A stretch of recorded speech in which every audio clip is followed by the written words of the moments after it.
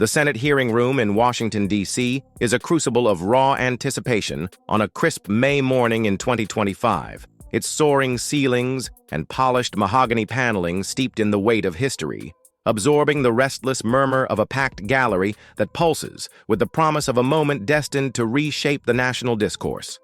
The air crackles with an electric tension, the kind that surfaces when C-SPAN cameras hum, X feeds stream live, and every uttered word risks igniting a headline that will echo across the digital landscape for days, weeks, perhaps years.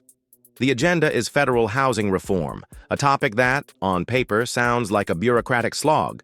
But in this room, it's a powder keg, touching the raw nerves of race, class, geography, and the deep fault lines of American inequality that have fractured communities for generations. For many in the gallery, this isn't about policy briefs or budget line items. It's about territory, power, and the unspoken hierarchies that dictate whose voices are amplified, whose struggles are acknowledged, and whose lives are erased in the sterile corridors of Capitol Hill. At the epicenter of this charged arena sits Representative Jasmine Crockett, a Texas Democrat whose blend of lawyerly precision and preacher's fire has made her a formidable force, a voice for the unseen who carries their stories like a sacred charge. Her navy blazer is impeccably crisp. A gold vote pin glints on her collar, and her calm demeanor masks a storm of resolve forged in the crucible of personal and professional battles. Across from her, Senator J.D. Vance, Ohio's Republican wunderkind, leans back in his chair, his tie slightly loosened but deliberate, his neatly parted hair and confident posture signaling a man who believes he holds the intellectual high ground. When Vance tries to corner Crockett with a calculated, politically charged jab, framing urban housing crises as failures of leadership in communities like hers, he expects to score easy points with his MAGA base, to paint her as a defender of dysfunction. What he gets instead is a volcanic, unyielding truth that leaves him reeling, the room frozen in awe, and the internet ablaze with a fervor that transcends politics. A seismic takedown that's not merely a clash of words, but a profound reckoning for a nation grappling with its divides, a moment that reverberates from the marbled halls of Congress to the cracked sidewalks of South Dallas and the weathered trailers of rural Ohio. The hearing room is a microcosm of Washington's high-stakes power games, its rows brimming with a vibrant tapestry of players, staffers in pressed suits scribbling furiously on legal pads, policy wonks clutching dog-eared briefing binders stuffed with charts and projections, reporters from the Washington Post, the New York Times, and scrappy digital outlets like the Free Press poised to capture every soundbite, their phones buzzing with live tweets and breaking news alerts. A handful of activists and community organizers who've fought tooth and nail for seats in this rarefied space sit scattered among the crowd, their presence a quiet but potent reminder of the human stakes beyond the marble walls.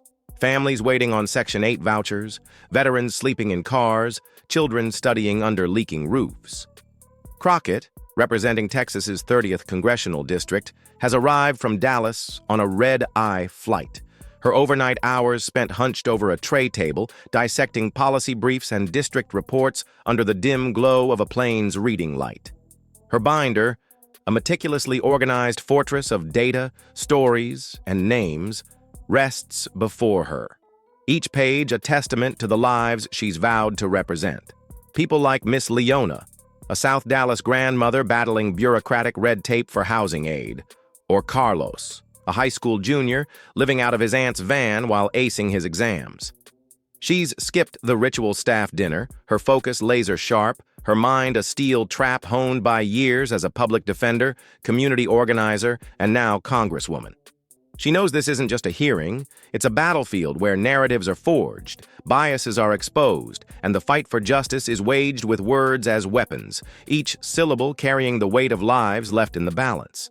Across the table, Vance exudes the polished swagger of a politician who's mastered the art of the soundbite, his hillbilly elegy fame and unwavering loyalty to the MAGA movement cementing his status as a GOP darling. Fresh from a Fox News segment where he decried urban decay and liberal mismanagement, he's come armed with talking points designed to resonate with his base, rural voters, conservative pundits, and the online echo chambers that amplify his every word. His team, seated behind him in a row of neatly pressed suits, exchanges knowing glances, confident their boss is about to land a rhetorical blow that will dominate the news cycle. Vance's journey from Appalachian chronicler to political lightning rod is well documented. His 2016 memoir, which gave voice to the struggles of white working-class America, catapulted him to fame. But his pivot to MAGA orthodoxy, once calling Trump America's Hitler, now his fervent defender, has made him a polarizing figure, celebrated by some as a truth-teller, derided by others as a sellout. Today, he sees an opportunity to score points against Crockett, a black woman representing a predominantly urban minority district, by framing her advocacy as emblematic of failed leadership, a narrative that plays well in conservative circles but risks underestimating his opponent's resolve. The gallery is a restless sea of anticipation, some attendees checking X feeds for real-time reactions, others whispering predictions, all aware that this showdown, urban Democrat versus rural Republican, could ignite a viral moment that reshapes the housing reform debate and reverberates far beyond the Beltway. Producers for YouTube channels and cable news outlets hover near the press section, their instincts primed for a spark that could explode into a cultural phenomenon, a clip destined to flood social media with hashtags, hot takes, and raw emotion. The chairwoman, Senator Pauline Marks, a seasoned Democrat with a reputation for keeping hearings on track, calls the session to order. Her gavel a sharp crack that silences the room's hum. But the real tension lies in the unspoken duel between Crockett and Vance, two figures wielding vastly different arsenals. Her truth rooted in lived experience and exhaustive preparation, his rhetoric honed for applause and political gain. The stage is set, the cameras are rolling, and the nation is watching. Whether through C-SPAN's live feed, X's frenetic threads, or the TikTok videos already being stitched together by users hungry for a moment of clarity in a polarized world. The hearing kicks off with Representative Barry Granger from Oregon, a well-meaning but verbose Democrat whose earnest but meandering speech about modular housing innovations and federal grant programs fades into the ambient noise of rustling papers, muted coughs, and the occasional creak of a chair. Granger's words, filled with jargon about sustainable urban development and public-private partnerships, are well-intentioned, but lack the urgency the room craves. His voice a steady drone that fails to capture the stakes of the housing crisis gripping millions. Vance shifts in his chair, his eyes flicking to Crockett, his body language signaling he's biding his time, waiting for an opening to steer the conversation to his advantage, to turn the hearing into a platform for his narrative of urban failure and rural virtue. Crockett sits still, her binder open to a highlighted page, her pen poised, her calm a silent promise of the storm she's ready to unleash. She's no stranger to these high-stakes arenas, having honed her skills in courtrooms where she defended the indigent, in community halls where she rallied for change, and now in the halls of Congress where she fights for those who rarely get a seat at the table. Her preparation is meticulous, her resolve forged in the stories of her constituents. People like Miss Leona, a South Dallas grandmother who's called Crockett's office weekly for months to navigate Section 8 bureaucracy, or Carlos, a high school junior living out of his aunt's van while maintaining a 3.8 GPA, determined to break the cycle of poverty. These are the faces she carries, the lives that fuel her fight, and she's ready to make them heard, to transform this hearing into a moment of truth that transcends politics. Granger's speech finally winds down, his points lost in a haze of technocratic jargon, and Vance seizes his moment, raising his hand with a practiced smile that's more calculated than warm, his eyes glinting with the confidence of a man who believes he's about to dominate the room. Madam Chair, I'd like to direct a question to Representative Crockett, he says, his tone smooth but laced with a deliberate edge. The cameras tilting toward him like sunflowers chasing light, their lenses capturing every nuance of his calculated performance. The room stirs, staffers perking up, reporters leaning in, the gallery's murmur sharpening into a focused hush as all eyes turn to the impending clash. Representative Crockett, you've spoken passionately about increasing federal housing funds for cities like Dallas, Vance begins, his voice measured but pointed, his words chosen to resonate with his conservative base and to cast a shadow over his opponent. But how do you justify pouring more money into urban areas plagued by violence, mismanagement, and chronic homelessness under your leadership? Wouldn't additional federal funds just prop up failure, rewarding incompetence, rather than addressing the root causes? The question lands like a well-aimed dart, its surface polite but its subtext venomous, framing urban communities, often black and brown, as broken sinks, their leaders incompetent, their problems self-inflicted. It's a cheap shot, a classic political maneuver designed to sting, to score points with viewers at home tuning into Fox News or scrolling X, and to shift the housing debate from policy to blame, painting Crockett as a defender of dysfunction who's out of touch with real America. For a fleeting moment, Crockett doesn't move, her face a mask of serene calm, her eyes steady, unblinking, fixed on a point just beyond Vance, as if she's seeing through him to the larger game he's playing. The room holds its breath, the silence pregnant with possibility, every camera trained on her, every ear straining for her response. She reaches for her water bottle, takes a slow, deliberate sip, and sets it down with a gentle clink that echoes in the hushed space, the pause amplifying the tension like the calm before a thunderclap. Her hand hovers over her binder, but she doesn't open it yet, her voice low, and even when she finally speaks, carrying a weight that commands the room and silences its restless hum. "Senator, I'm glad you asked," she says, the words deceptively simple, like the first rumble of a distant storm rolling across the plains. The gallery leans in, sensing a shift, the air charged with the promise of something extraordinary, a moment that could redefine not just this hearing but the entire discourse on housing, poverty, and power in America. "I represent a district where people work double shifts and still can't afford rent, where schools share roofs with mold and rats, where families cram two to a room not by choice, but by necessity. You say mismanagement? I say disinvestment." Her voice doesn't rise, but her words land like hammer blows, each one dismantling Vance's framing with surgical precision, cutting through the rhetoric to expose the systemic truths he's sidestepped. The violence you point to didn't spring from nowhere. It's the fruit of a system that built highways through our neighborhoods, redlined us out of opportunity, and then feigned shock when the consequences surfaced. Dallas sends billions in taxes to the federal government every year. Our people aren't begging for handouts. They're demanding their fair share of what they've already paid for. The room erupts in murmurs. A few heads nod in agreement, and X lights up with a digital roar. Crockett claps. Back surges to the top of the trending list, a user posting, "She just flipped Vance's script in 30 seconds flat, and I'm here for it." Crockett presses forward, her momentum unstoppable, pulling a photograph from her binder.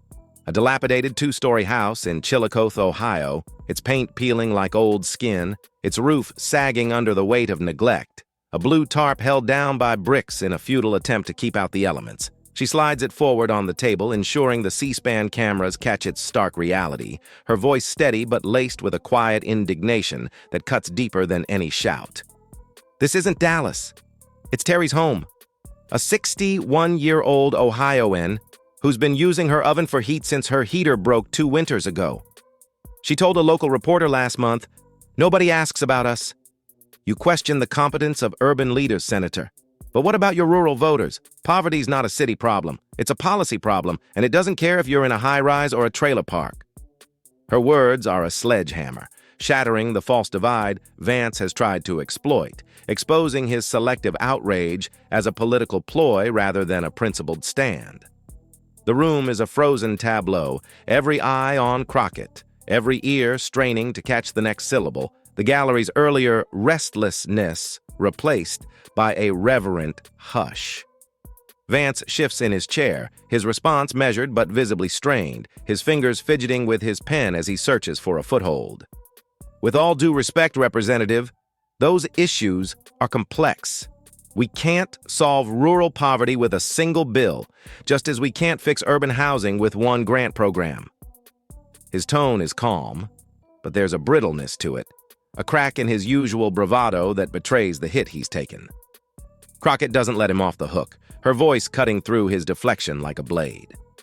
But you dodge solutions by pointing fingers at zip codes, especially when those zip codes are filled with black and brown folks. That's not policy, it's bias, and it's as old as the highways that gutted our communities. You want accountability? Let's talk about where the money actually goes.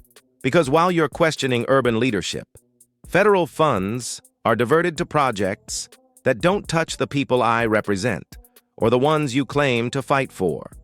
The room freezes, the silence electric, a palpable shift in the air as her words land with the force of a truth long suppressed. X ignites with a digital inferno. She said it surges, a TikTok user stitching her words with a slow, deliberate nod, captioned, "Crockett's calling out the whole damn game and I'm living for it." The gallery stirs, a few younger aides leaning forward, their eyes wide, trying to catch every word, while a veteran reporter from the Hill types furiously, her laptop screen glowing with the makings of a headline that will dominate the evening news cycle. Crockett leans forward, her binder closing with a soft thud, her words turning personal, raw, and unapologetic, a shift that transforms the hearing from a policy debate into a testimony of lived experience. "I was 13 when we got evicted," she begins, her voice steady but carrying a weight that silences the room, every camera trained on her face, every ear attuned to the story unfolding. "Our stuff was on the lawn, couch, boxes, our TV, like it didn't matter to anyone. My little brother thought we were moving. He didn't understand what was happening. We bounced between my aunt's place for 2 weeks, then a neighbor's for 3. My mom worked 6 days a week, cleaned houses during the day, stocked shelves at night. She didn't ask for pity. She just wanted a roof that didn't leak and a doctor who'd see her without a 6-week wait." The room is silent. Vance, motionless, his notes untouched, his earlier confidence replaced by a stillness that borders on unease. "I went on to become a public defender," Crockett continues, her voice softening but the fire undimmed. "My first client was a woman arrested for trespassing because she was living in an abandoned house with her 2 kids. She cleaned office buildings at night, dropped her kids at school in the morning, but technically she had no address, so she was a criminal. I sat across from her and thought, if one thing had gone differently for me, I could have been her. Same grit, same exhaustion, same fire in her eyes." The gallery is frozen, a few staffers blinking back tears. Senator Marks, setting her pen down, the weight of Crockett's words settling over the room like a heavy fog. "That's why I fight, Senator. For people like her, like Terry and Chillicothe, like my mom. Poverty's not a moral failure. It's a policy failure. Urban or rural, black or white, it hits the same. But when you pit us against each other, you're not solving anything. You're distracting, and I'm not here to play games."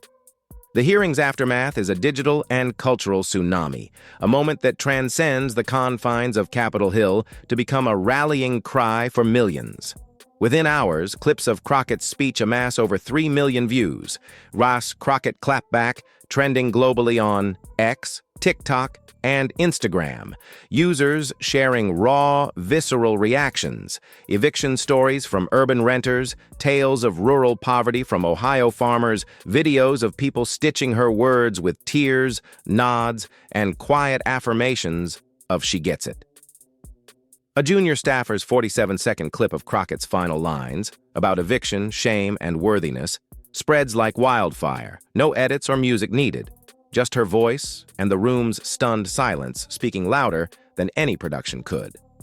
On TikTok, younger users create montages, overlaying her words with images of crumbling apartments in Dallas, dilapidated trailers in Appalachia, and faded photos of their own childhood homes. One caption reading, "This is what representation looks like. Jasmine Crockett sees us." Others share stories of sleeping on couches, hiding from landlords, or watching parents work multiple jobs to keep the lights on. Their videos not political debates, but raw testimonies, a collective act of remembering sparked by Crockett's courage. On X, as "she said it" and "Jasmine roasts Vance" dominate. A user posting, "JD Vance brought a knife to a truth bomb fight, and Crockett left him in the dust. An Ohio-based housing nonprofit amplifies the clip, tweeting, "We've been waiting for someone to say this out loud for years. Poverty's not a city or country problem, it's a policy problem."